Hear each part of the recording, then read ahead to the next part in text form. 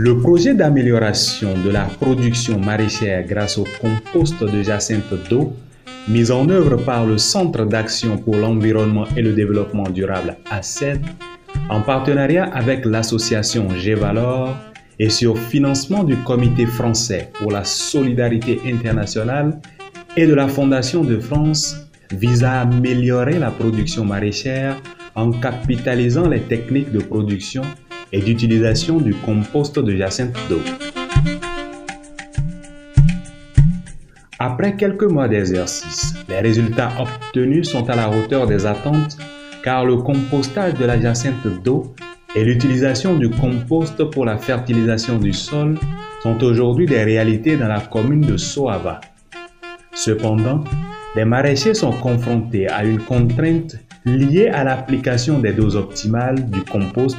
pour les différentes cultures. En effet, les cultures maraîchères ont besoin de différentes doses d'éléments nutritifs pour donner de meilleurs rendements.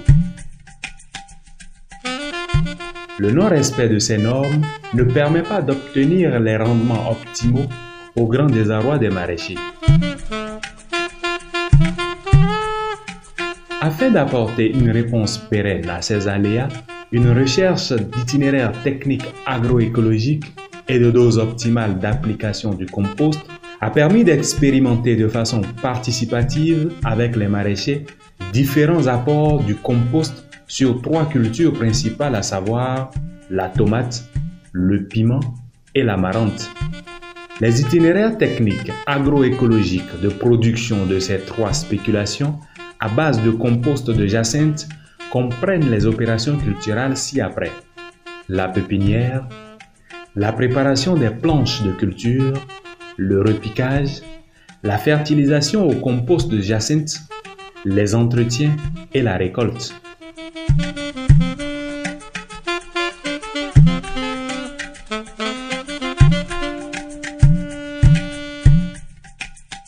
À l'issue de cette étude, il ressort que la dose de 20 grammes par plant pour les légumes fruits, soit la tomate et le piment, est celle recommandée aux maraîchers. Pour le légume feuille, c'est-à-dire l'amarante, la dose de 30 grammes par plant a donné des résultats nettement meilleurs, mais nécessite des essais additionnels pour apprécier le résultat avec des doses supérieures à 30 grammes par plant afin de retenir la dose optimale. Bien que ces doses puissent à titre indicatif être appliquées à d'autres spéculations de la même catégorie que les spéculations étudiées,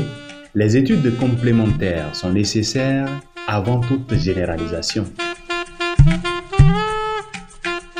Ce renforcement participatif des capacités est fort apprécié par les maraîchers qui ont compris l'utilité de l'application de doses optimales sur les plants de culture au fin d'avoir de meilleurs rendements et de réduire les risques de toxicité.